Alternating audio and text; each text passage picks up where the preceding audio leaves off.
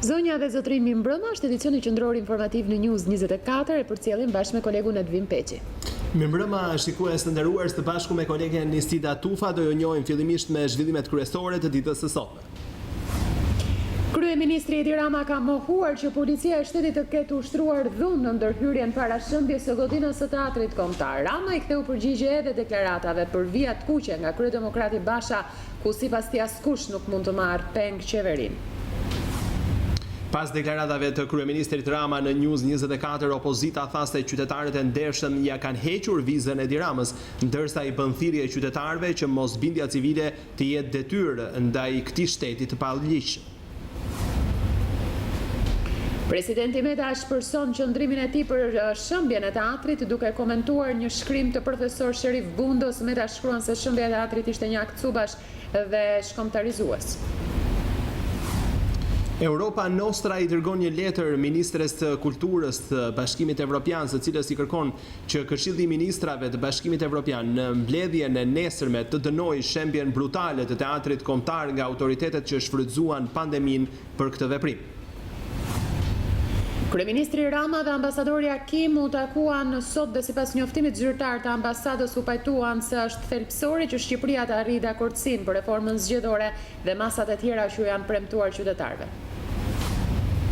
Një ditë pas bojkotit të tryezës për reformën zgjedhore, kreu i Partisë Demokratike priti në zyrë ambasadorët e Bashkimit Evropian për të diskutuar me ta zhvillimet e fundit. Basha tha se opozita zbëhet pjesë e një procesi fars, ndërsa akuzoi Ramën se po pengon integrim. Një ndërtesë e braktisur në Vlorë, shumë pranë pallateve, është vendi ku të rinjt konsumojnë drogën në mënyra të ndryshme. News24 ishte në ndërtesën e mbushur me shiringa, e cila po kthehet në burim infeksioni për banorët, ku dje u gjet një 33 vjeçar i dekompozuar. Për herë të parë në 24 orë është konfirmuar vetëm një rast me koronavirus në vendin tonë dhe në spital janë të shtruar 15 qytetarë. Në gjithë botën 4.9 milion të infektuar dhe mbi 300.000 të vdekur. Presidenti turk vendos të fusë Turqinë në izolim 4 ditor duke nisur nga 23 maj në përpjekje për të ulur infektimet nga koronavirusi. Periudha e izolimit përfshin edhe festën e Bajramit. Presidenti Donald Trump paralajmëroi OBSH-n me ndërprerje të përhershme të fondave amerikane nëse nuk përmirëson punën. Ai njoftoi se vetë po përdor një mjekim kundër malarias për të parandaluar infektimin me COVID-19.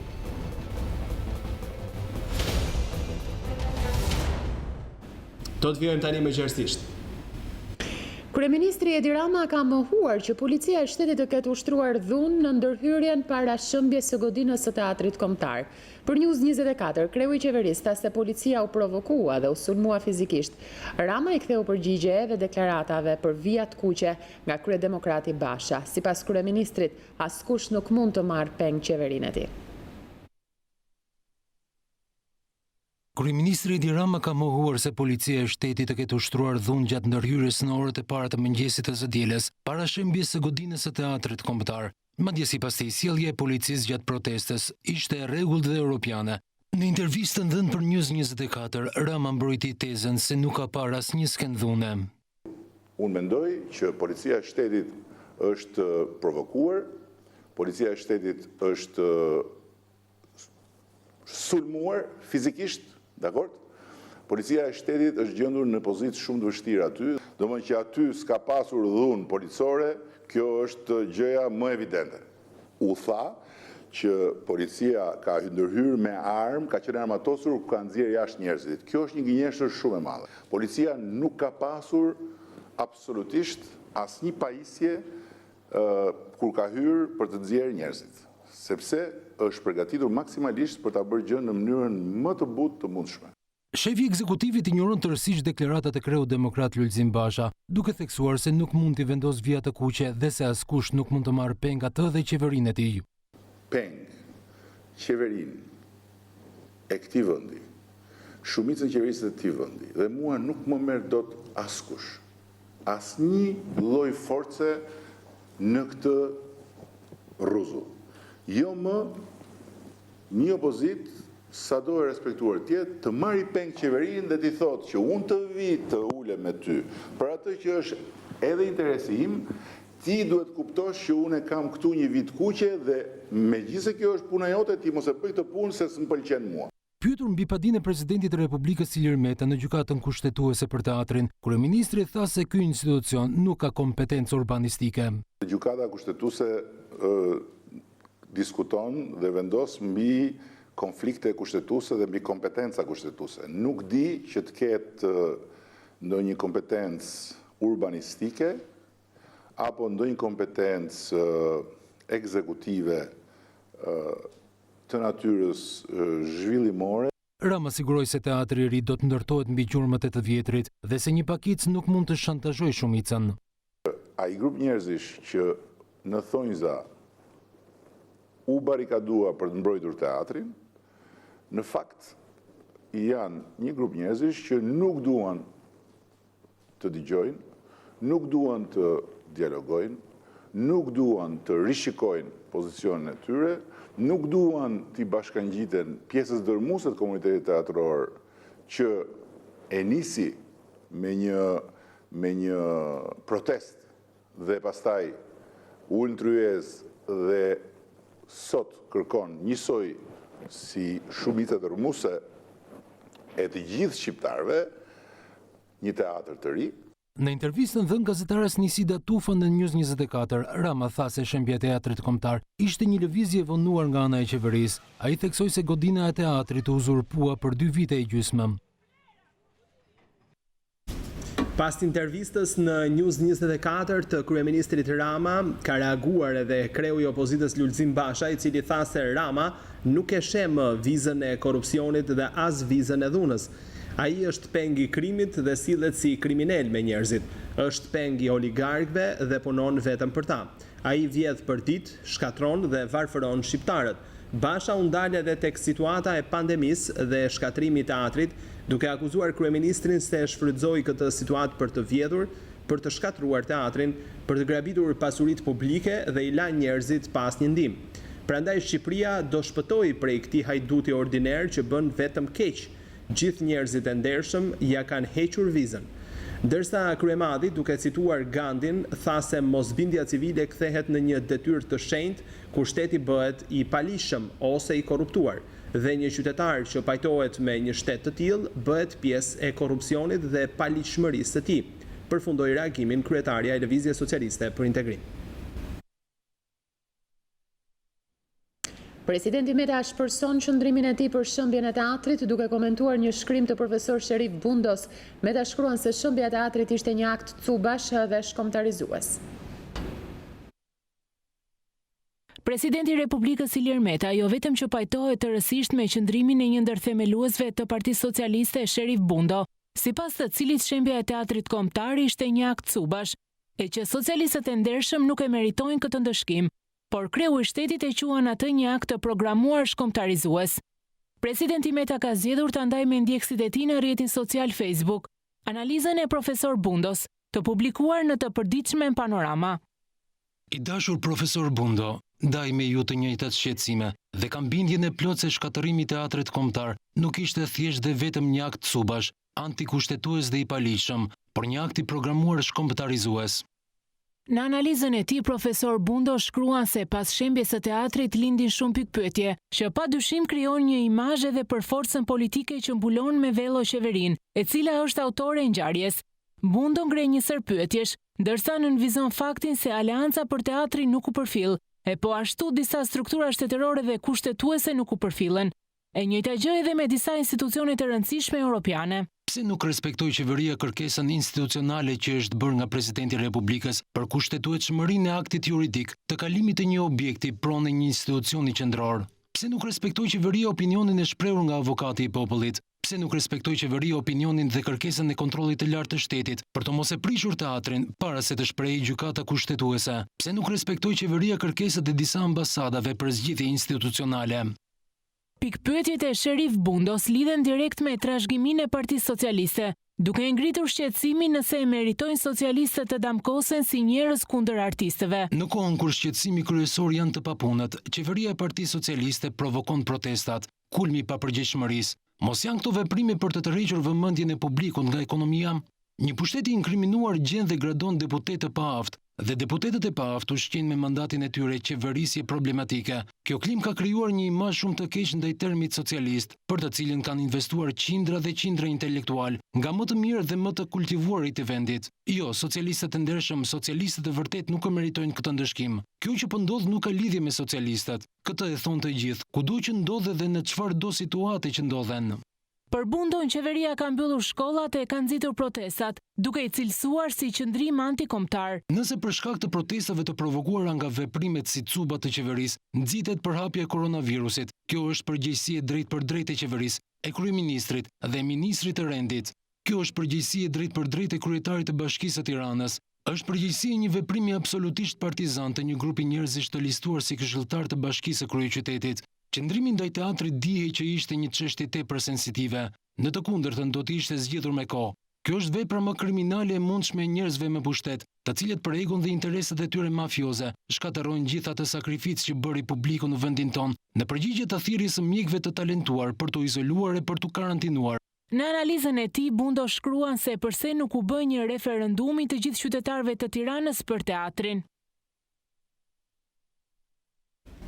Në një letër dërguar ministres të kulturës të Bashkimit Evropian dhe ushtrueses të detyrës së kryetarit të Këshillit të Ministrave të Bashkimit Evropian Evropa Nostra, dënon fort shembjen brutale të teatrit kombëtar shqiptar në Tiranë. Në prag të mbledhjes së nesërme, përmes videokonferencës të Këshillit të Ministrave të Bashkimit Evropian, ju bëjmë thirrje të transmetoni dënimin ton më të fortë për shembjen brutale të teatrit kombëtar në Tiranë, thuhet në letrën e Evropa Nostra. Në letër theksohet se kohët e fundit teatri kombëtar në Tiranë është përfshirë në listën e vitit 2020 të 7 vendodhjeve më të rrezikuara në Europë. Pas përshkallëzimit të rrezikshëm të situatës javës së kaluar, të shkaktuar nga transferimi pronësisë të truallit te Bashkia e Tiranës dhe një vendim për prishjen e teatrit marrë pas dyerve të mbyllura nga Këshilli Bashkiak i Tiranës, Europa Nostra kundërshtoi çdo përpjekje për prishjen e një ndërtese emblematike të vendosur në ansamblin historik të mbrojtur në qendër të Tiranës. Komisionerja e Bashkimit Evropian, Maria Gabriel, të nesërmen u kërkoi autoriteteve shqiptare që të angazhohen në një dialog konstruktiv me shoqërinë civile. Nga ana tjetër, presidenti i Republikës kishte parashtruar një kërkesë në gjykatën kushtetuese për të shqyrtuar ligjshmërinë e vendimit të Këshillit Bashkiak për prishjen e teatrit, por autoritetet shqiptare vendosën të shfrytëzojnë ditën e fundit të masave të veçanta kundër Covid-19 për të shkatruar teatrin. Europa Nostra i kërkon ministrave të Bashkimit Evropian të ritheksojnë që mbrojtja e trashëgimisë kulturore dhe kujtesës sonë kulturore dhe historike përfaqëson një nga vlerat themelore të Bashkimit Evropian, thuhet në letër. Një kopje e saj është dërguar komisioneres së Bashkimit Evropian për inovacionin dhe kulturën, komisionerit të Bashkimit Evropian për fqinjësinë dhe zgjerimin dhe zëvendës presidentit të Komisionit Evropian. Nënkryetari i LSI-s Petrit Vasili akuzoi policinë se ka ushtruar dhunë ndaj protestuesve gjatë protestës. Ai deklaroi se janë identifikuar të gjithë policët që kanë ushtruar dhunë dhe do të mbajnë përgjegjësi për veprimet e tyre. Planet dhe filmimet flasin vetë dhe ju keni gjithë mundësinë të shikoni e të përcillni dhunën që është ushtruar në mënyrë shtazarake, qenërore, nga ca qënë dhe maskarinë të pushtetit. Të jeni të bindur dhe po ua deklaroj publikisht që çdo person i tyre, çdo veprim i tyre, çdo fytyrë e tyre është evidentuar, është fotografuar, është filmuar dhe përgjegjësisë nuk i shpëtojnë dot as edhe njëri prej tyre. Qoftë ky drejtuesi më i lartë i policisë apo komandantë të tjerë operacional, fytyra të urryera e të tashmë të njohura nga opinioni publik, por rolin e tyre të poshtër, antiligjor dhe kriminal që kanë ushtruar, jo vetëm këtu, po në çdo protestë qytetare, duke u dimensionuar gjithmonë më shumë si një polici fashiste dhe antiqytetare. Policia ka proceduar penalisht në gjendje të lirë krerët e opozitës Basha dhe Kryemadi, aktorët Budina, Liçaj e të tjerë dhe disa qytetarë për tubim të palishëm dhe prishje të qetësisë publike. Incidentet të veçuara ishin ato të protestës së të hënës, megjithatë policia e Tiranës ka proceduar 9 persona dhe ka vënë pranga një tjetër. Të proceduar janë krerët e opozitës Basha dhe Kryemadhi, po ashtu Çlirim Gjata dhe Fatmir Mediu, si dhe disa organizatorë dhe pjesëmarrës në protestë. Robert Budina, Neritan Liçaj, Adriana Kalaja, Artan Manushaqa dhe Arkimet Lusha, e njohur si Stresi, sepse sipas policisë kanë marrë pjesë në protestën e palishme, duke kundërshtuar punonjësit e rendit publik, prishur qetësinë publike dhe penguar qarkullimin e mjeteve në rrugë. Më herët policia arrestoi edhe Arben Quranin sepse gjatë tubimit hodhi sende dhe lëndë piroteknike në drejtim të turmës, duke ju rrezikuar jetën personave të pranishëm. Nga ky incident të plagosura mbetën 3 protestuese, të cilat pësuan dëmtime të lehta, siç shihet edhe në pamjet e siguruara nga News24, të lënduara në këmbë.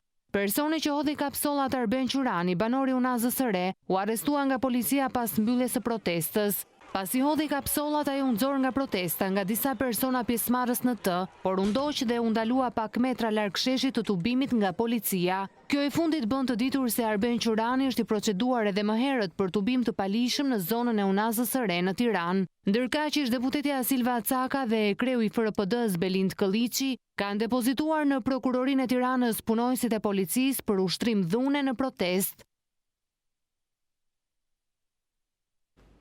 Ambasadori amerikane në Tiranë, Yuri Kim, zhvilloi në mesditë një takim për rreth një orë me kryeministrin Edi Rama për të biseduar rreth çështjes së teatrit dhe reformës zgjedhore. Në një reagim në Facebook pas takimit, ambasada amerikane theksoi rëndësinë që ka gjithë përfshirja dhe diskutimet e mirëmenduara në qeverisje në përputhje me statusin e Shqipërisë si anëtare e NATO-s dhe vend që synon anëtarësimin në BE. Po sipas njoftimit të ambasadës së Shteteve të Bashkuara, Rama dhe ambasadori Kim u pajtuan se është thelbësore që Shqipëria të vijojë në rrugën e saj drejt arritjes së dakordësisë për reformën zgjedhore dhe masave të tjera që u janë premtuar qytetarëve të Shqipërisë. Ndërsa kryeministri Rama në Twitter tha se bisedoi sot me miq ndërkombëtar jashtë vendit për të përmbysur me fakte kështjellën e baltës së eksportuar nga prodhuesit e shpifjeve për godinën e shëmbur dhe ngjarje të rrotull saj. Ai tha se ka biseduar edhe me miq ndërkombëtar në Tiranë dhe pati dakordësi të plot përpara të gjitha bashkë, duke adresuar njëherë domosdoshmërinë e finalizimit të reformës zgjedhore me të gjithë gatishmërinë tonë për përmbushjen e rekomandimeve të OSBE-ut. Një ditë pas bojkotit të tryezës për reformën zgjedhore, kreu i Partisë Demokratike priti në zyrë ambasadorët e Bashkimit Evropian për të diskutuar me ta zhvillimet e fundit. I pyetur për qëndrimin e mëtejshëm në raport me reformën zgjedhore, një nga kushtet e Bashkimit Evropian, Basha tha se opozita zbëhet pjesë e një procesi fars, ndërsa akuzoi Ramën se po pengon integrimin e vendit. Një ditë pas protestës kombëtare të thirrur nga Alianca për mbrojtjen e teatrit, e mbështetur nga opozita e bashkuar, Basha i shoqëruar edhe nga aleatët e tij, thirrën në salinë e Partisë Demokratike ambasadorët e vendeve anëtare të Bashkimit Evropian, kryesuar nga Luigi Soreka, ambasadori i BE në Tiranë. Në orën 8:45 minuta, ambasadorët mboritën njëri pas tjetrit në selin blu, ku disa prej tyre mbanin maska dhe doreza, ndërsa të tjerë jo.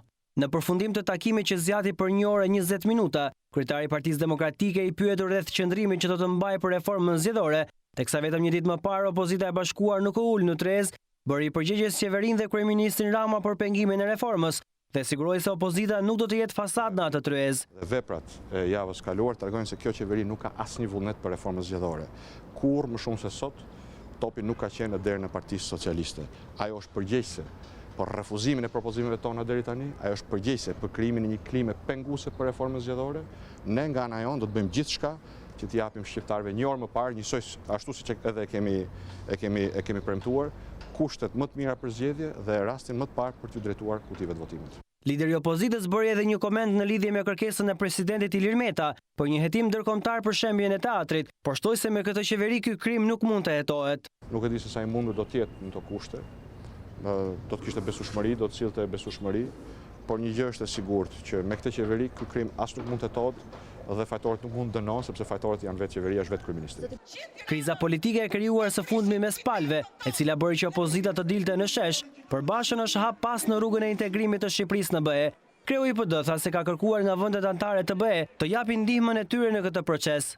Në vend që të ecej në drejtim të plotësimit të 15 kushteve për hapjen e negociatave, që janë dhe hapat për dalë nga kriza në vend. Shqipëria po bën hapa mbrapa. Për shkak të Edi Ramës, kriza po thellohet. Veprimet e javës fundit dhe veprimet e javëve të fundit po e thellojnë edhe më shumë krizën politike, po e largojnë edhe më shumë Shqipërinë nga Europa. Shefi Selis Blu diskutoi me ambasadorët edhe për kushtet e vështira ekonomike që po gjendet sot biznesi si pasojë e Covid-19. Sipas tij, Edi Rama çoi lek vetëm tek oligarkët me anë të tenderave e koncesioneve, ndërsa tek qytetarët dërgoi një ndihmë simbolike. Shumica dorëmuese shqiptarëve gjenden në kushte pamundësie ekstreme. Biznesi i vogël, biznesi i mesëm, por tashmë edhe bizneset e mëdha, bizneset prodhuese po vinë në vështirësi të mëdha. Në këtë kuadër, duke i falendëruar për atë ndihmë që i kanë rezervuar Shqipërisë në kuadër të solidaritetit për gjithë vendet e Ballkanit Perëndimor, kam kërkuar që pranë qeverive të tyre të bëjnë apel që të shikojnë mundësinë e rritjes së mbështetjes ekonomike për vendin. Basha lajmëroi se edhe në protestën e së mërkurës të Aleancës për mbrojtjen e teatrit, opozita e bashkuar do të jetë në shesh. Partia Socialiste Europiane kërkon që çështja e teatrit kombëtar në Tiranë mos përdoret për qëllime politike. Pse shkruan në një deklaratë se është informuar në vazhdimsi edhe për projektin, por edhe për mendimet rreth teatrit. Partia Socialiste Europiane po ndjek me vëmendje dhe shqetësim zhvillimet në Tiranë për çështjen e teatrit kombëtar. Vendimi mbi fatin e kësaj ndërtese problematike ka qëndruar në duart e qeverive shqiptare për të gjitha vijat politike për 22 vjet. Qeveria aktuale socialiste e Edi Ramës ka marrë përgjegjësinë dhe ka vepruar. Partia Socialiste Europiane është informuar se ndërtesa konsiderohet e rrezikshme nga ekspertët e sigurisë.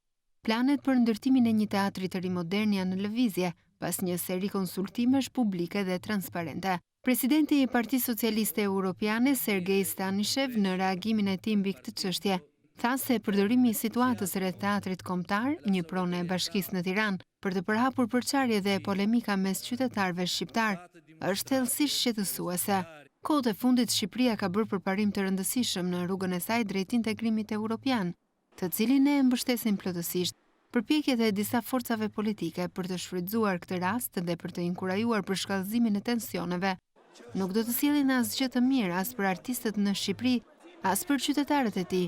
Në lidhje me të drejtat e qytetarëve për të demonstruar, Partia Socialiste Europiane bën thirrje për një fund demokratik dhe paqësor të krizës së teatrit kombëtar dhe kundërshton të gjitha nxitjet për të pushtuar pronat publike dhe sabotim të punëve publike.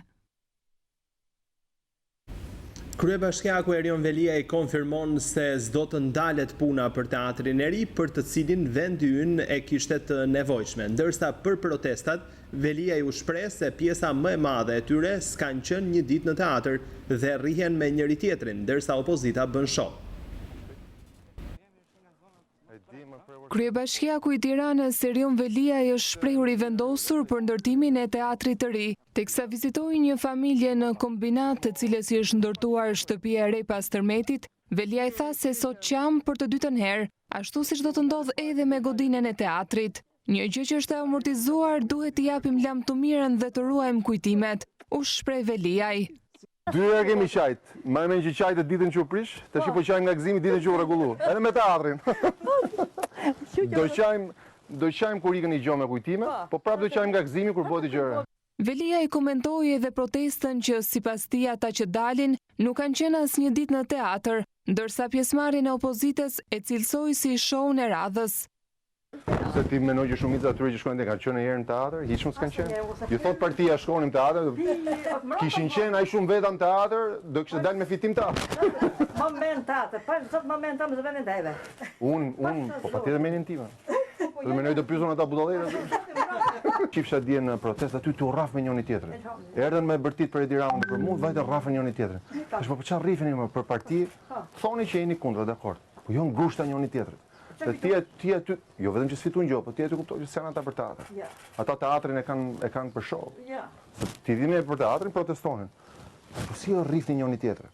Ti mund të jesh artist. Je mërzit me Edi Ramën, me Erionin që s'ta morën shumë dorën kur i morën këto vendime. Po shkon ke ata që të rrafin të bëjnë peshk. Kryebashkiaku Velia i tha se po vijon edhe plani për ndërtimin e mbi 800 banesave të prekura nga tërmeti. Gjyshi takzojmë. Takzojmë. Një analist amerikan është shprehur në një intervistë për Zërin e Amerikës se mënyra se si u shën teatri kombëtar në Shqipëri ishte e turpshme. Profesori David Phillips i Universitetit të Kolumbias tha se çështja e vërtet është mungesa e vullnetit qeverisë për të respektuar shtetin ligjor, për çmimi për shoqërinë civile dhe shtysa e brendshme për të refuzuar kompromisin. The whole incident is a travesty. E gjithë incidenti ishte një turp i madh. Qeveria nuk respektoi shtetin ligjor, injoroi këshillat e Këshillit të Evropës, shkeli interesat e shoqërisë civile. Më vjen keq të them që është në vazhdën e prirjes së qeverisë Rama që të veprojë vetëm pa marrë parasysh të mirën e përgjithshme, por në një regjim gjysmë autoritar si ai i Shqipërisë nuk pres në një gjë të ndryshme nga qeveria. Opozita po tregohet oportuniste. Çështja e vërtet këtu nuk është as shumë ndërtesa ose teatri. Çështja e vërtet është mungesa e vullnetit të qeverisë që të respektojë shtetin ligjor, përçmimi për shoqërinë civile, shtysa e brendshme për të refuzuar kompromisin. Asnjë nga këto veprime nuk ishte i nevojshëm, sidomos në këtë moment. Mund të ishte mbatur një qendrim më i matur dhe i duruar që të mos arrini në këtë polemik ku jemi tani.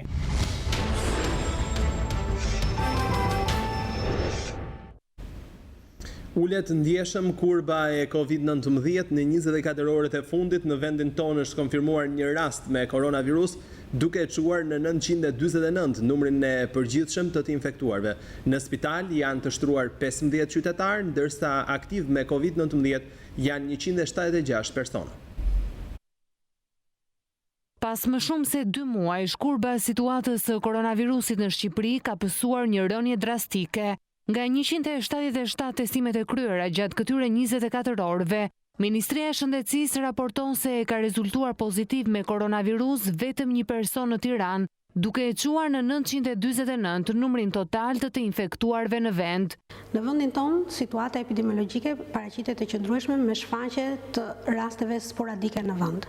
Marrja në kohë e masave, respektimi i distancimit social, ruajtja e higjienës personale kanë ruajtur një rol të rëndësishëm në një paraqitje në një kurbe epidemiologjike të butë.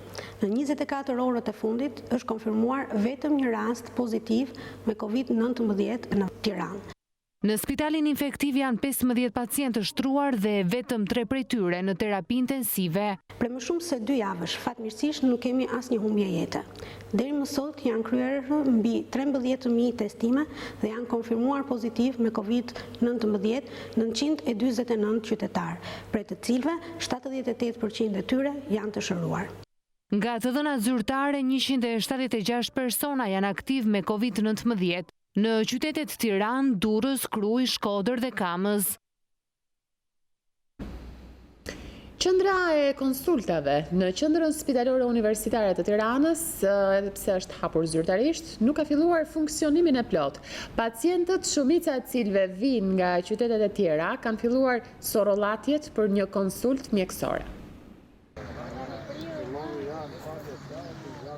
Prej 2 muaj, sistemi terciar spitalor në vend ka qenë i paralizuar pas urdhrit të Ministrisë së Shëndetësisë për pezullimin e pjesshëm të operacioneve. Dhe këtu është fjala për operacionet e planifikuara. Pra për 2 muaj kanë funksionuar vetëm rastet të urgjencës në QSUT dhe në spitalet terciare. Ndërkohë vetë Ministria e Shëndetësisë argumentoi se nga dita e hënë, pra kjo e hënë, dhe sot jemi në ditën e martë, do të rikthejë normalitetin në QSUT.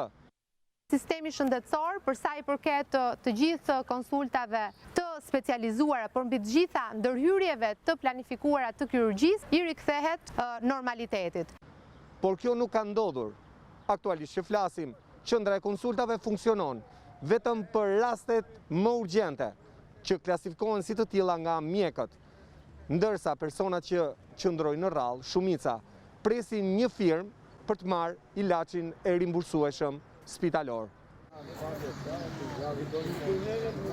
Kam kaluar operacionin për ilaçe. Plotësohen dokumenti këtu për të shkuar atje për të marrë tek mjeku i ilaçes. Duhet titullari këtu për të marrë ilaçet atje. Kemi ardhur për konsult me doktorin se nga sëmundja koronavirusi janë ndërprerë këto dhe tani kemi marrë nga lagja, nga edhe do vim për konsult te doktori, po tani në 11 e kemi. Përse keni ardhur? Kam gruan për konsult. Në thonë shkoni ke urgjenca. Ke urgjenca thot jo atje ke thot ke konsulta. Po si duket i lloj varritje duket. Mbaruat punë zonë? Jo, s'na marrë as ti punë, nuk na marrë. Po pse? Me çfarë? Po pse? Po thot doktoresha s'ka fillu konsultat, kur t'japi ordhën ministria. Pra nuk kanë filluar konsultat jo, familje? Jo, thot s'kan fillu, thon to, s'kan fillu. Po përzi thot doktoresha xhell. Po këta njerëz që presin, për çfarë? Asnjë rrugëzitjes t'japin. Një herë thot shko ke spitali ushtarak, një herë shko ke urgjenca, letrat i kanë për ke konsulta. A t'ja tregojmë kamerës letrën? Tregoj kam gjitha më rregull. Si letra, po duhet me corollat. Ju sot jeni lodh kot? Po, kot jemi lodh dhe i fëmijët s'mune kum lon atje më shtëpi, që pret me shku me ushqeun. Qa ti thon ministria, kishte po punë ministri e kishte po, por në janë gjithë se kush me mu shgjepat e vet.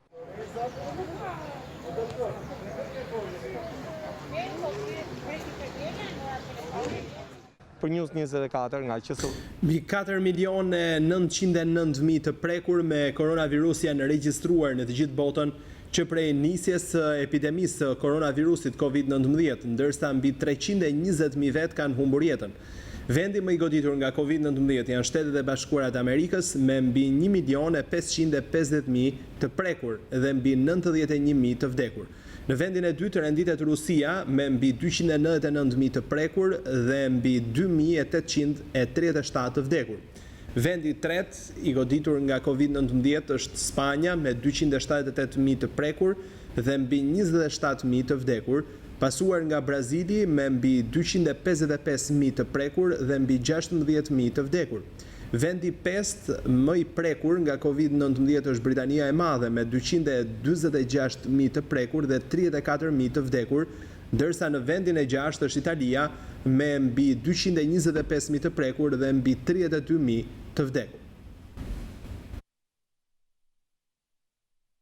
Turqia do të futet në izolim 4 ditor duke nisur nga 23 maj në përpjekje për t'ulur infektimet nga koronavirus. Si periudha e izolimit përfshin edhe festën e Bajramit. Vendimi erdhi nga presidenti turk Erdogan. Presidenti i Turqisë Recep Tayyip Erdogan njoftoi se vendi do të futet në izolim të plot për 4 ditë, duke nisur që nga data 23 maj. Ky vendim, siç tha Erdogan, është marrë në kuadër të përpjekjeve për të frenuar përhapjen e koronavirusit, teksa vendi do të kremtoj festën e Fitër Bajramit. Duke folur pas takimit të kabinetit qeverisës, Erdogan po ashtu tha se shkollat nuk do të rihapen gjatë këtij viti akademik, duke shtuar se mësimi në shkolla do të nisë në shtator në vitin e ri akademik. Presidenti turk po ashtu tha se xhamitë nga 29 maj do të rihapen për besimtarët për të kryer lutjet e mesditës dhe pasdites. Erdogan po ashtu njoftoi se personat e burgosur që janë dërguar në arrest shtëpie si pjesë e masave kundër COVID-19 do të qëndrojnë në burg shtëpiak edhe për 2 muaj. Sipas të dhënave të Universitetit John Hopkins në Turqi deri më tani, janë regjistruar mbi 149.000 raste me koronavirus dhe mbi 4.100 të vdekur.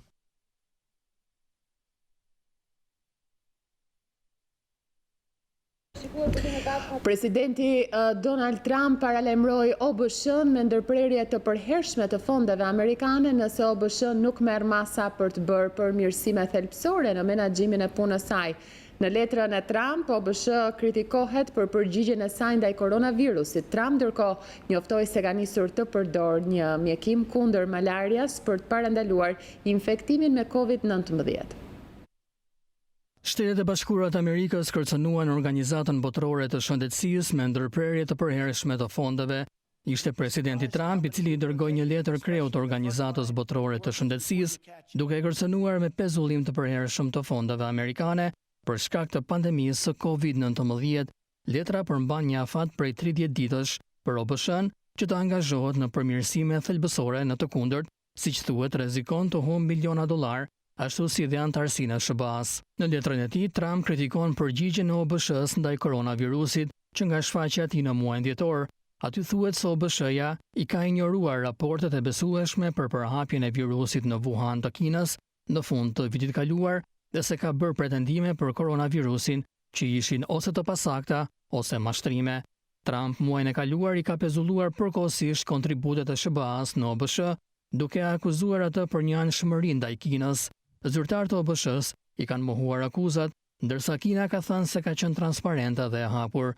Trump njëkohësisht njoftoi se ka nisur të përdorë një mjekim për malarian për të lehtësuar simptomat nëse preket nga koronavirusi.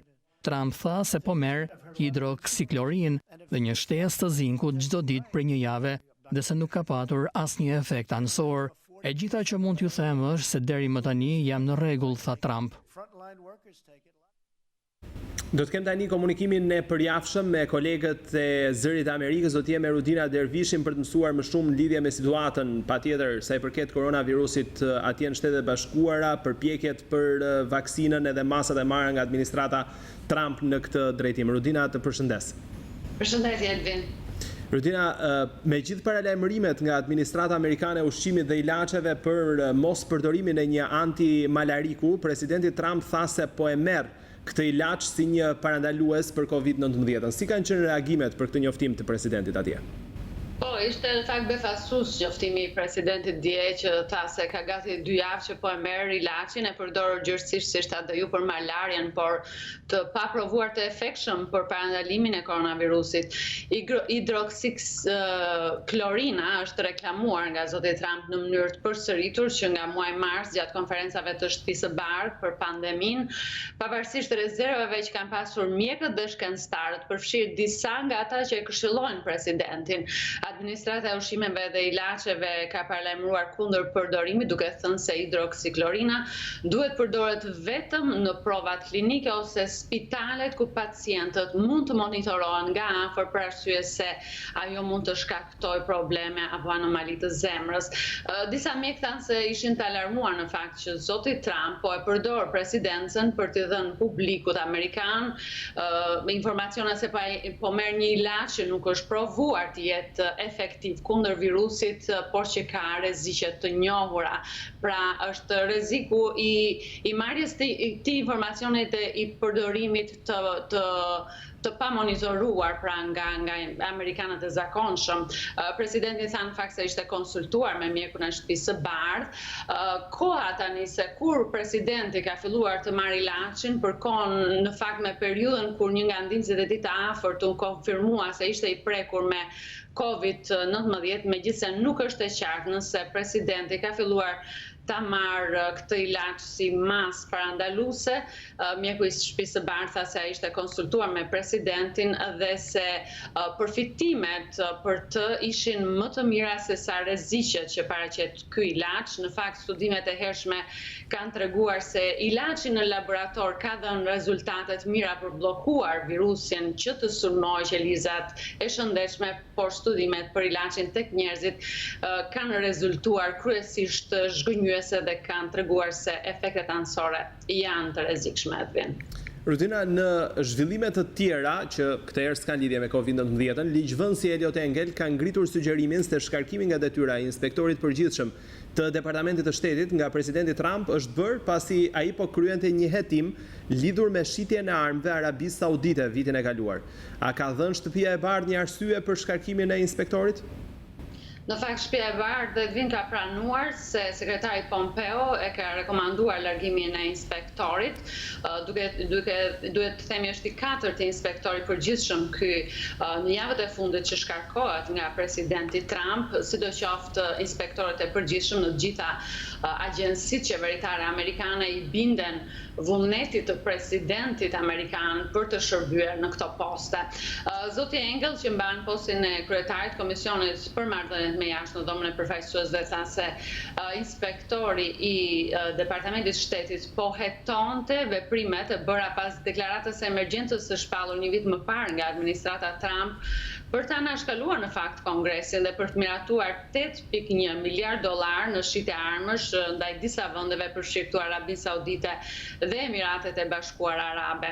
Administrata argumenton atë kohë se armët ishin të nevojshme për të parandaluar atë që ajo e quajti ndikim të rrezikshëm të Iranit në lindjen e mesme. Në një reagim të tij për gazetën Washington Post, sekretari Pompeo tha se i kishte kërkuar në fakt presidentit të shkarkonte inspektorin e Departamentit të Shtetit pasi ai po minonte punën e Departamentit të Shtetit, por nuk dha në fakt hollësi të tjera. Kryetarja e Dhomës Përfaqësuesve Nancy Pelosi tha se presidenti ka në fakt të drejtë të largojë nga puna çdo punonjës federal, por fakti është se nëse ai e bën këtë në shenjë akmarrje për diçka që inspektori i përgjithshëm po e tonte, kjo mund të jetë e jashtëligjshme. Fillimisht në fakt ligjvënësit demokrat thanë se presidenti Trump e shkarkoi inspektorin e përgjithshëm të Departamentit të Shtetit sepse ai po hetonte pretendimet se Pompeo dhe bashkëshortja e tij e kanë përdorur një ndihmës qeveritar për detyra personale. Inspektori u emërua në këtë post, pra në postin e inspektorit përgjithshëm të Departamentit të Shtetit në kohën e ish-presidentit Barack Obama, një demokrat që presidenti Trump e kritikon vazhdimisht atë vend. Të falenderoj rutina për gjitha informacionet që përcollen për ne dhe për shikuesit tanë nga Shtetet e Bashkuara. Faleminderit.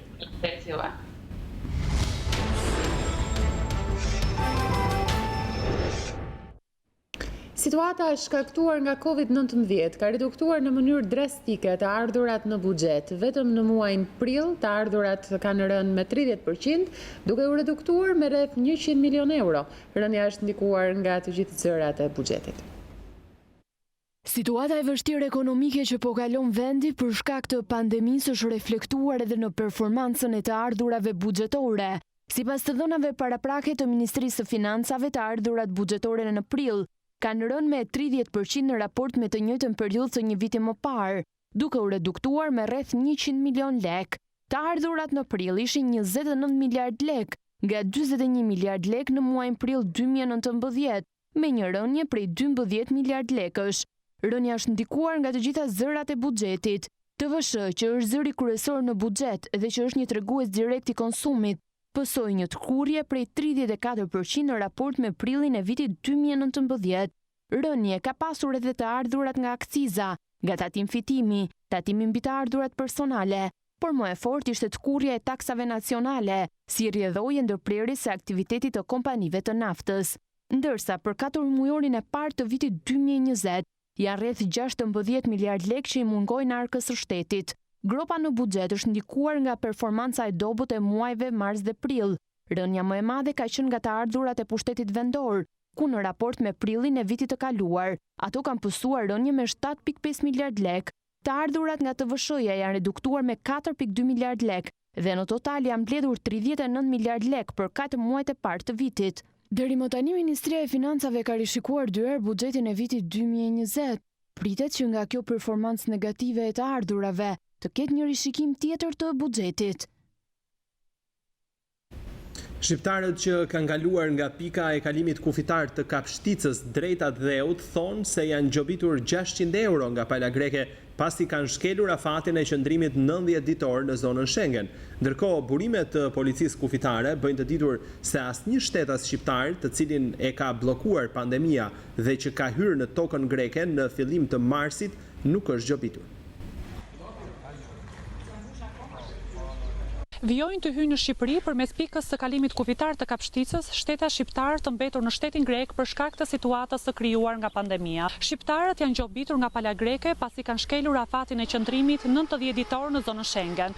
Gjoba e vendosur për ta mësohet se arrin një vlerë prej 600 euro. Në fakt, edhe pse u tha se të gjithë shqiptarët që kanë mbetur në Greqi për shkak të mbylljes së kufive në kuadër të frenimit të përhapjes së Covid-19 nuk do të gjobiten për shkeljen e afatit, pasi u cilësua si një shkelje jo vullnetshme. Këta shtetas tregojnë të kundërtën. Ata thonë se janë gjobitur nga pala greke pa marrë parasysh qëndrimin e tyre të detyruar nga situata. 600 euro. Kur ka qenë nisja juaj nga Shqipëria drejt Greqisë? 22 janar. Bëra disa analiza procesi shëndetit. Edhe sa po na dilnin analizat, pastaj filloi. Nuk patët mundësi të ktheheshit pa u mbyllur kufit? Nuk u kishim, se atë ditë që u mbyllën kufit, atë ditë u ka marrë përgjigjen e fundit të doktorit. Pse të vjet kjo gjorba kur nuk ishte për fajin tim, ishte faj doganave të mbyllura këtu. Ka vendosur gjobë prej 600 eurosh. Me 19 jam nisur, me 19 u ktheva tash. Që brenda 3 muajve. Po përse e keni marrë këtë gjop? Çfarë kanë thënë pala greke? Se s'ke ardhë qështë dje, tha. Nuk kishtë televizio që të bishin dje. Edhe para i muje do kisha ardhë, por nuk hapshin telefonat, as agjencit, as policia, nuk do keni gjoba, thanë njëherë, për shkak të kësaj që ishte. Këtu bën gjobën. Nga ana tjetër, burimet të policisë së kufirit bëjnë të ditur se asnjë shtetas shqiptar, të cilin e ka bllokuar pandemia aty dhe që ka hyrë në tokën greke në fillim të marsit, në bazë të një marrëveshje dhe të një vendimi nga qeveria, nuk do të gjobitet. Ndërsa të gjithë personat e tjerë që kanë hyrë muaj më parë dhe që kanë patur mundësi të kthehen, por nuk janë kthyer, duke shkelur të gjitha afatet, do të gjobiten.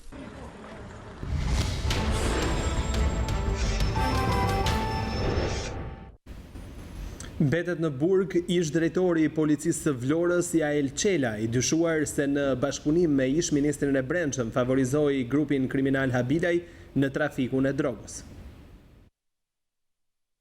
Gjykata e posaçme e apelit la në masën e arrestit në burg ish drejtorin e policisë së Vlorës Jael Qela, i dyshuar se në bashkëpunim me ish ministrin e Brendshëm Sajmir Tahiri favorizoi grupin kriminal Habilaj në trafikun e drogës. Ish numri 1 i policisë së qytetit Bregdetar, i cili u vedorzua të shtunën e kaluar, kërkoi lirin nga gjykata, duke këmbgulur se nuk kishte asnjë rrezik që të ndërhynte dhe të prishte provat, por derisa drejtësia në shkallën e parë kishte thënë fjalën e saj. Ai gjithashtu arsyetoi përmes avokatëve se nuk paraqet asnjë rrezikshmëri shoqërore, por argumentat e tij nuk u pranuan nga treshja gjykuese, e cila urdhëroi që Qela të dërgohej në paraburgim, në pritje për të gjykuar në shkallën e dytë. Përgjatë 2 viteve, emri i Jael Qelës kryesonte listën e personave të shumë kërkuar. Megjithatë, avokati i tij Petrit Ismaili deklaroi se ish zyrtari i lartë i policisë nuk ju shmang drejtësisë. Ai ka qenë sistematikisht i hapur për drejtsinë, ka qenë aktiv gjatë tërë procesit hetimit dhe procesit gjyqësor.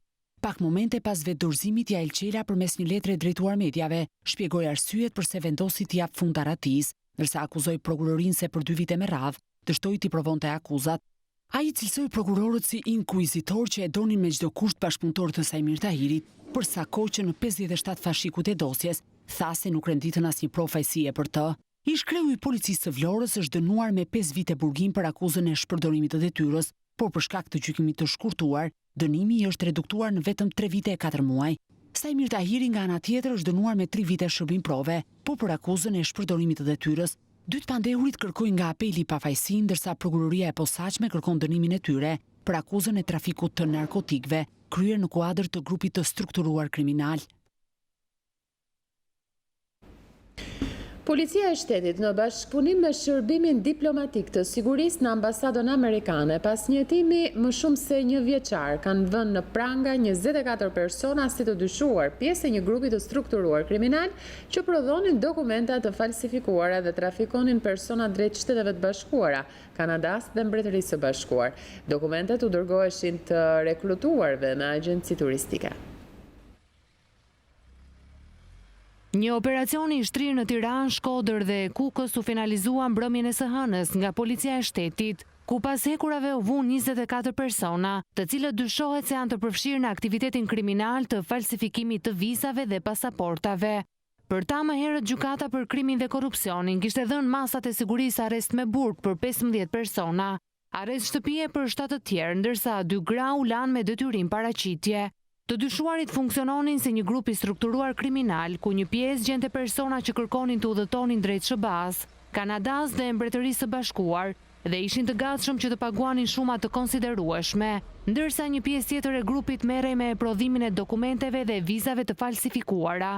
Pjesë e grupit ishin edhe 2 punonjës policie për të cilët gjykata dha masën e sigurisë arrest shtëpie. Pre një viti një strukturë posaçme speciale policisë së shtetit, në bashkëpunim dhe koordinim të plot me shërbimin diplomatik të sigurisë në ambasadën amerikane, ka zhvilluar dhe kryer një hetim të përbashkët për goditjen e këtij grupi kriminal. Policia ra në gjurmë të këtij rjeti, pas evidentimit të një rasti të shitjes së një pasaporte të falsifikuar amerikane në Tiranë, dhe më pas u zgjerua dhe u zhvillua në një hetim të madh ndaj një grupi kriminal ndërkombëtar.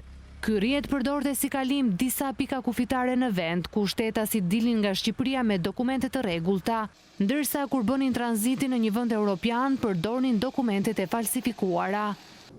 Nga hetimet, ky grup kriminal janë dokumentuar veprimtaria kriminale në lidhje me kapjen dhe arrestimet e personave që kanë tentuar të udhtojnë nga Shqipëria për në Kanada dhe Mbretërinë e Bashkuar, ku dokumentat e dyshuara të falsifikuara dërgoheshin në autobusët e agjensive turistike. Në pika të ndryshme kufitare të Shqipërisë gjatë këtij viti, policia ka konstatuar 3 raste ku automjetet e agjensive turistike tentonin të trafikonin pasaporta çeke dhe slovene të falsifikuara.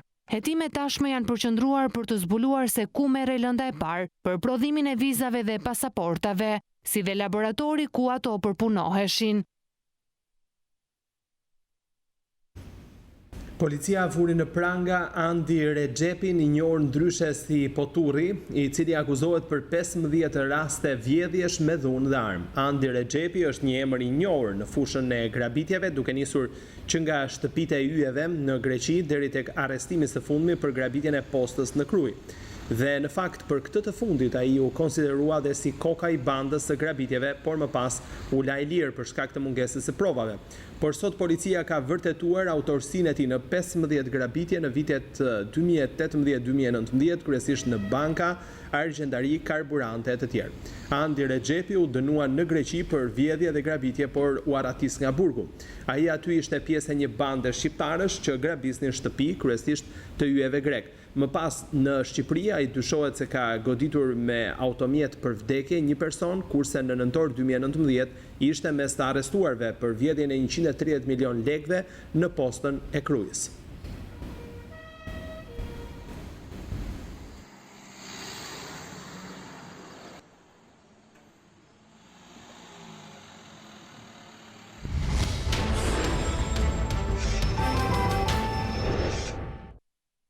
Një ndërtesë e braktisur në Vlorë, shumë pranë pallateve ku u gjet gjysmë i dekompozuar një 33 vjeçar një ditë më parë, është vendi i të rinjve ku konsumojnë drogën në mënyra të ndryshme.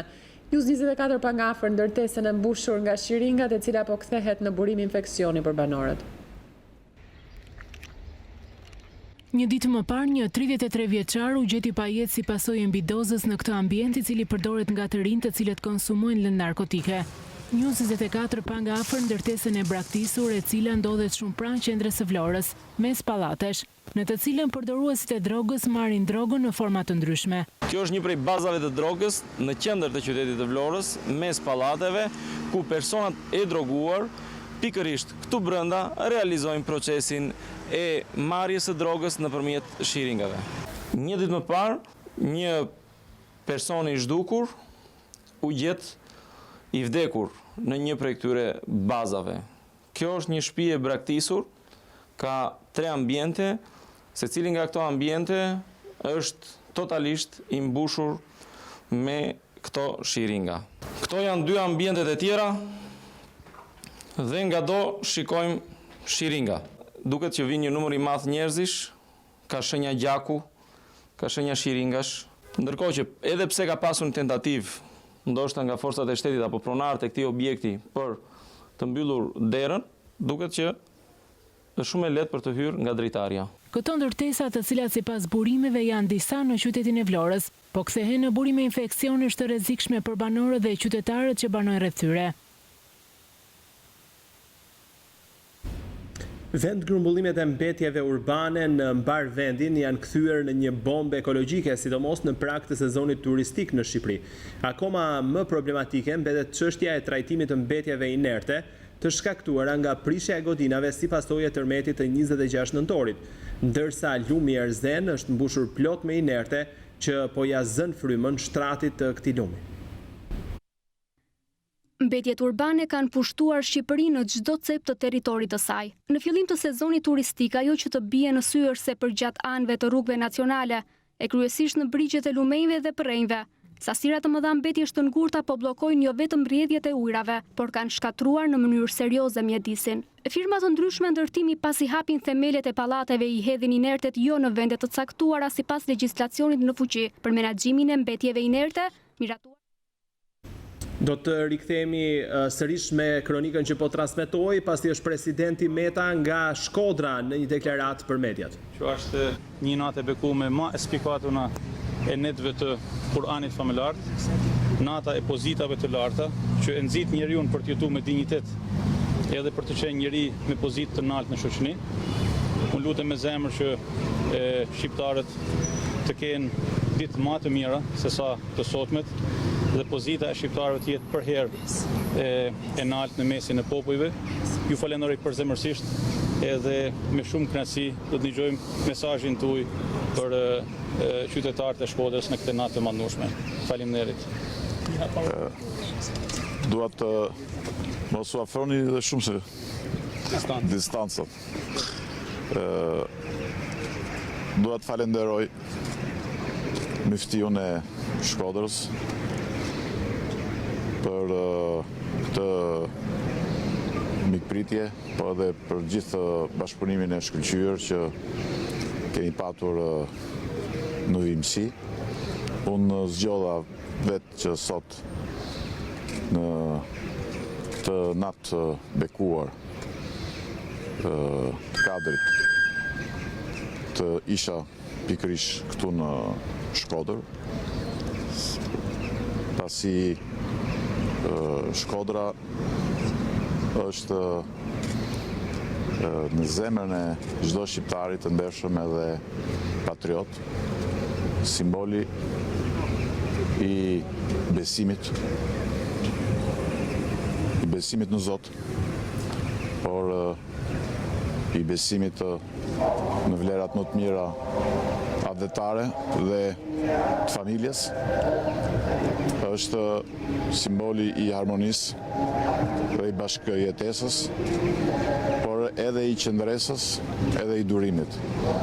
Vizituam pikërisht xhamin e Parucës, e cila është ribër 2 herë, e cila u shkatrua në 67-ën në periudhën më të errët të komunizmit, por e cila u rindërtua me rikthimin e demokracisë, ku Shkodra ka shkëlqyer me sakrificat dhe leadershipin e saj, në themel të cilëve janë sakrificat në radhë të parë të klerikëve të masakruar dhe të persekutuar nga regjimi komunist, dhe siç e shohim sot dhe prej shumë kohësh, kjo xhami e jashtëzakonshme e Parucës u rindërtua ashtu siç ishte.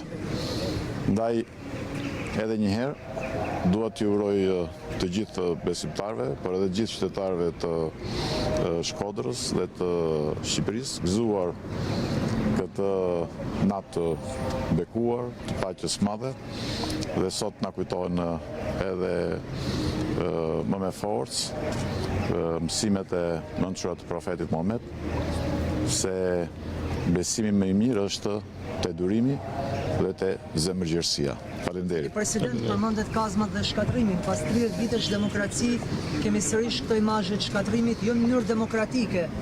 Ju duket e drejtë që s'pak nuk ka reaguar. Tani këtu jam me miftiun dhe jam përpara një vendi të shenjtë, kështu që nuk dua të flas për çështje të tjera, megjithëse edhe çështja e teatrit është e shenjtë, është kombëtare. Faleminderit.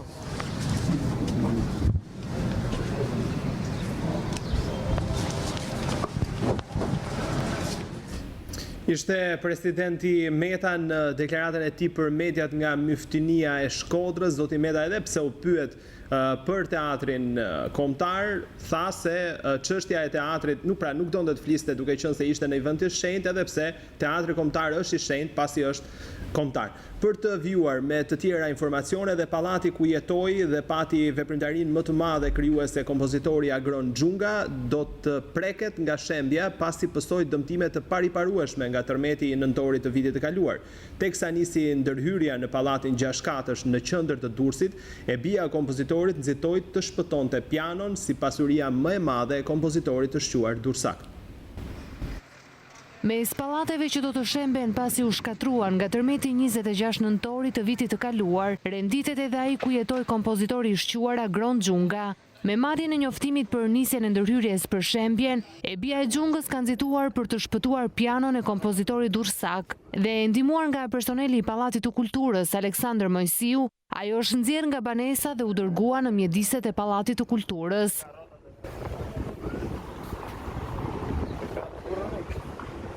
Nga banesa e kompozitorit Sëri drejt për drejt në studio me kolegen Sida Tufa në edicionin qendror të lajmeve për të vjuar me të tjera informacione. Vendgrumbullimet e mbetjeve urbane në mbar vendin janë kthyer në një bombë ekologjike, sidomos në prag të sezonit turistik në Shqipëri. Akoma më problematike mbetet çështja e trajtimit të mbetjeve inerte të shkaktuara nga prishja e godinave si pasojë e tërmetit të 26 nëntorit, ndërsa lumi Erzen është mbushur plot me inerte që po ja zën frymën shtratit të këtij lumi. Mbetjet urbane kanë pushtuar Shqipërinë në çdo cep të territorit të saj. Në fillim të sezonit turistik, ajo që të bie në sy është se përgjat anëve të rrugëve nacionale, e kryesisht në brigjet e lumejve dhe përrenjve, sasira të mëdha mbetjesh të ngurta po bllokojnë jo vetëm rrjedhjet e ujrave, por kanë shkatruar në mënyrë serioze mjedisin. Firma të ndryshme ndërtimi pasi hapin themelet e pallateve i hedhin inertet jo në vende të caktuara sipas legjislacionit në fuqi për menaxhimin e mbetjeve inerte, miratuar në vitin 2015. Në bazë të këtij legjislacioni, ai që shkakton mbetjet inerte është i detyruar t'i ruajë, t'i transportojë dhe t'i dorëzojë ato në landfill apo në vend depozitimin e përkohshëm në mënyrë të diferencuar. Por kjo gjë në shumicën e rasteve nuk ka ndodhur dhe sot kemi këtë dëm të pariparueshëm në mjedis. Akoma më problematike mbetet çështja e trajtimit të mbetjeve inerte të shkaktuara nga prishja e godinave si pasojë e tërmetit të 26 nëntorit. Veçanërisht në rastet e prishjes së godinave, mbetjet inerte nuk janë thjesht beton, gur apo dhera, por ato përmbajnë edhe substanca të tjera si qelë, qëdru, porcelan, tekstile, profile hekurje çeliku apo profile alumini, gjë që e rëndon më shumë situatën dhe rreziku i ndotjes është edhe më i madh. Nga një vëzhgim në zonat kryesisht pranë Tiranës, vjetëre se mbetjet inerte janë hedhur anës urave dhe pranë lumejve, si në rastin e fshatit Ardhisht apo në fushat të gjelbëruara, ndërsa këto inerte janë hedhur në mënyrë të jashtëligjshme në rrugën nacionale Tiranë-Shkodër. Ndërkohë që kryesisht në zonat periferike vendet e ndotura janë me qindra. Kjo zonë pranë fshatit Tapiz është e mbushur me kodra inertesh, të cilat janë hedhur vetëm ditët e fundit. Lumi Erzen gjithashtu është mbushur plot me inerte, të cilat zën shtratin e këtij lumi dhe si pasojë ndikojnë negativisht në ekosistemin natyror të këtyre burimeve ujore. Por, edhe inertet që hidhen në periferi të tjera kanë një ndikim të konsiderueshëm në përmbytjen e zonave përreth, pasi inertet përmes rreshjeve transportohen në burimet ujore, si dhe në kanalet kulluese dhe ujitse, duke ndikuar kështu edhe në bujqësi. Për këtë emergjencë mjedisore dhe shkatrim të mjedisit, Valarmin dhe vetë Agjencia Kombëtare e Mjedisit nëpërmjet raportit të saj, i cili publikohet çdo vit. Raporti i fundit i gjendjes së mjedisit pranon se në Shqipëri, mbetjet inerte, mbetjet e rrezikshme, mbetjet spitalore dhe mbetjet e kafshëve nuk trajtohen sipas kërkesave ligjore, pasi mungojnë landfillet e veçanta për depozitimin e këtyre mbetjeve, siç janë mungesa e landfilleve për mbetjet e rrezikshme që mbeten emergjenca më e madhe në vend. Familja Miraka në Gramsh veç varfërisë po përballet edhe me sëmundjen e 2 fëmijëve, çfarë ka vështirësuar edhe më shumë situatën. Kryefamiljari mes lotëve apelon për ndihmë. Quhem Luzim Miraka, kam 3 fëmijë, 2 fëmijë këtu i kam të smur, të 2, mi kanë nxjerrë me insuficiencë renale të rëndë. Sikur të mos mjaftonte varfëria, familjes Miraka në fshatrat e Gramshit tashmë i është shtuar dhe sëmundja e 2 fëmijëve që kanë vënë në mjaft vështirësi familjen që jeton në katin e 2 të ishqerdhës së fshatit. Për të 2 kalamajt, më të paktën po them 100.000 lekë më kushtojnë ilaçet i bietit në të shikosh 100.000 lekë në javë. 100.000 lekë në javë. Në javë. Përveç këtu, për të vësh këtu analizat që bëj, në çdo javë, jam i detyruar mbas asaj që më ka thënë doktori, duhet bëj analizat çdo javë, i bëj analizat çdo javë, sepse duhet shikoj vlerat e kalamajve, sepse i ruaj nga me ditë, me orë, kur i thonë se mund të psojnë rritje vlerash për përgjegjësim dhe jam i detyruar mbi bazën e kësaj do jap ushqimin, mbi bazën e këtyre do jap ushqimin, mbi bazën e këtyre do jap edhe ilaçet do marrë se një kokër mund t'ia heq, një kokër mund t'ia shtosh. Lulzim Miraka po kalon situatën më të vështirë të jetës dhe shpesh ati dhe bashkëshortes në këtë situatë i ngjan vetja në një udhkryq pa krye. Ka marr borxhe. Është e vështirë ti marrësh. Jam lutur Perëndis më mirë të marrin mua se sa çikoj kalamaj smur. Fukaralliku me smundje që ka shumë i vështirë. Është shumë e vështirë dhe për fëmijët, ata e kuptojnë tani. Edhe vështirësinë e kuptojnë. Edhe smundjen e kuptojnë, edhe gjitha e kuptojnë. Është shumë e vështirë dhe ana psikologjike ti mbaj fëmijët. Dhimbja dhe stresi që po kalon Lulzimi, bashkëshortja dhe 3 fëmijët vinë si një apel i fortë për ndihmë ndaj kësaj familje, e cila sot më shumë se kurrë ka nevojë për pak shpresë në zymtësinë ku janë zhytur. Ti lutem ndihmojnë dikush të shëroj fëmijët, ai thash nuk dua gjë tjetër në botë. Vetëm të shëroj fëmijët.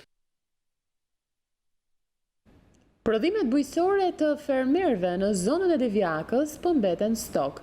Mungesa e lëvizjeve, por edhe çmimet nën koston e prodhimit kanë krijuar mjaft vështirësi për prodhuesit, të cilët thonë se ka ditë që nuk shesin edhe asnjë prodhim. Situata e shkaktuar nga pandemia duket se ka ndikuar ndjeshëm dhe tek prodhimet e pranverës. Produktet sipas fermerëve kanë çmim nën kosto, por sikur të mos mjaftonte kjo, ata kalojnë me ditë pa shitur asgjë. Në këtë periudhë, prodhime masive veç perimeve, kaçepa dhe patatja, të cilët po mbeten stok për shkak të mungesës së tregut të shitjes, edhe pse me çmim nën kosto. Makina ka 3 ditë që veten lushi, edhe nuk shitet i thes, dhe dori po ashtu. Punëtor shkull e linë djenar, qepa nara djetë më, se nuk shitet. Se po të qesë pakën, t'i venin çmim. Ta mbledhe magazina, 200 lek, 300, 250, t'i venin çmim, ta marrë magazina është mirë. Po vetëm 3-4 herë mos qesë. I lutëm, Edi Ramës të hapi rrugë. Puno kot, s'po majmë do të ashtë shpenzimet tonë me këtë çmim. Ka marru çdo gjë. Sipas prodhuesve, ky është çmimi më i ulët me të cilin kanë tregtuar ndonjëherë. Bashkia e Gjirokastrës ka nisur pastrimin e liçenit të Virojit nga bimësia në sipërfaqen e ujit dhe sistemimin e parkut në tërësi. Kryebashkiaku Flamur Golemi u shpreh se ka nisur diskutime me specialistë të fushës për të parë mundësinë e furnizimit me ujë të liçenit edhe në muajt e verës në mënyrë që të mos thahet. Jemi në mes të liçenit të Virojit, aty ku është edhe pika kryesore turistike e qytetarëve të Gjirokastrës. Pas kaq shumë vitesh, liçeni do të ketë mundësinë që të pastrohet dhe ndoshta të bëhet akoma edhe më i vizitueshëm për turistët. Kryetar, çfarë është menduar që të bëhet më tej për të liçen? Çfarë është menduar për rifunksionalizimin e tij duke u shfrytzuar në mënyrë të plotë nga qytetarët? Ne si bashki së bashku me operatorët kemi stuar edhe për paketat turistike që ofron Gjirokastra. Patjetër ofron hotelerin, ofron muzeumet, ofron gjithë lukin në Drinos, por Viroj ngelet on the top. Viroj është nga ato pika turistike, nga ato atraksione, që për fat të keq deri më sot nuk është shfrytzuar. Kemi filluar edhe pastrimin e qoftë të lumit, që del nga nëna, por qoftë edhe të liçenit. Në këtë moment gjithë fluksi turistëve dhe qytetarëve do të fokusohet në ambientet e hapura, pra në ambientet të natyrë. Viroj ofron të gjitha mundësitë. Do kemi shumë shpejt gati projektin për ta patur Virojin 365 ditë me ujë. Organizata jo fritim prurse Adra në bashkëpunim me GIZ dhe financimin e Ministrisë Federale Gjermane ka organizuar projektin Return to Thrive, që ka si qëllim lehtësimin e procesit të integrimit në shoqërinë shqiptare të fëmijëve dhe të rriturve të rikthyer nga emigracioni, pjesë e komunitetit rom dhe egjiptian. Emigracioni është një ndër temat më aktuale në Shqipëri. Shumë familje shqiptare për të pasur një jetë më të mirë detyrohen të emigrojnë. Adra Albania, organizata jo fitim prurse që operon në Shqipëri, që nga viti 1991 me projekte në ndihmë humanitare, ka vendosur të organizojë projektin Return to Thrive, me mbështetjen e GIZ dhe u financua nga Ministria Federale Gjermane për bashkëpunim ekonomik dhe zhvillim. Sipas Altin Rexhepit, drejtorit të Adras, qëllimi kryesor është lehtësimi i procesit të integrimit në shoqëri të fëmijëve dhe të rriturve të rikthyer nga emigracioni. Qëllimi kryesor është që të kthyerit, dhe të gjithë jeni të vetëdijshëm që shumë shqiptarë tentuan të emigronin në vendet e Bashkimit Evropian dhe kryesisht në Gjermani, por që e kishin të pamundur të qëndronin dhe detyrimisht u kthyen në Shqipëri. Kthimi i tyre nënkupton që ata duhet ta fillonin gjithçka nga e para. Për kjo arsye që qeveria gjermane mendoi nëpërmjet këtij projekti të integronte këta njerëz në tregun e punës. Artan Kruja, pjesë e komunitetit rom dhe një nga përfituesit e projektit Return to Thrive, thot se fal projektit romët dhe egjiptianët kanë përfituar në shërbimet publike, arsim dhe tregun e punës. Kjo është zonë që është me 2 komunitete, rom dhe egjiptian. Fal Adrës, që domethënë gati 6-7 persona këtu janë janë futur në punë, kuptoti? 4-5 veta domethënë prap gratë komunitetit egjiptian kanë marrë diploma për këto kurse profesionale, rroba qepsi, kpucari, mekanik makina, kupton? Parukeri. Domethënë këto kanë qenë gjonat aksesues të adres. 430 të rritur dhe 358 fëmijë janë këshilluar dhe mbështetur për të riintegruar sa më mirë në komunitet dhe shoqëri pas rikthimit nga emigracioni. Kemi arritur që të integrojmë shumë fëmijë në shkollë për herë të parë. Mund të përmend diku ke 75 fëmijë të regjistruar për herë të parë në shkollë dhe të rriturit kishin probleme me leximin dhe shkrimin. Dhe klasat suplementare i adresohesh edhe kësaj kategorie. Kjo ishte faza e parë, siç e thash, përpara se të shkonim në fazat e të tjera, të cilët do të ishin orientimi në tregun e punës, orientimi me trajnimet që janë në treg për këtë kategori. Projekti Return to Thrive është zbatuar në 2 rajone, Krujë dhe Tiranë, prej janarit të vitit 2019. Ishte edicioni qendror informativ në News 24. Por për t'u informuar, shikues nderuar, në çdo moment të ditës ju mund të klikoni në faqen balkanweb.com duke shfletuar aty online edhe informacionet më të fundit të gazetës shqiptare ose duke na ndjekur në korale nëpërmjet live streamit. Ju falenderojmë për vëmendjen tuaj, bashkë natën e mirë. Vazhdoni të qëndroni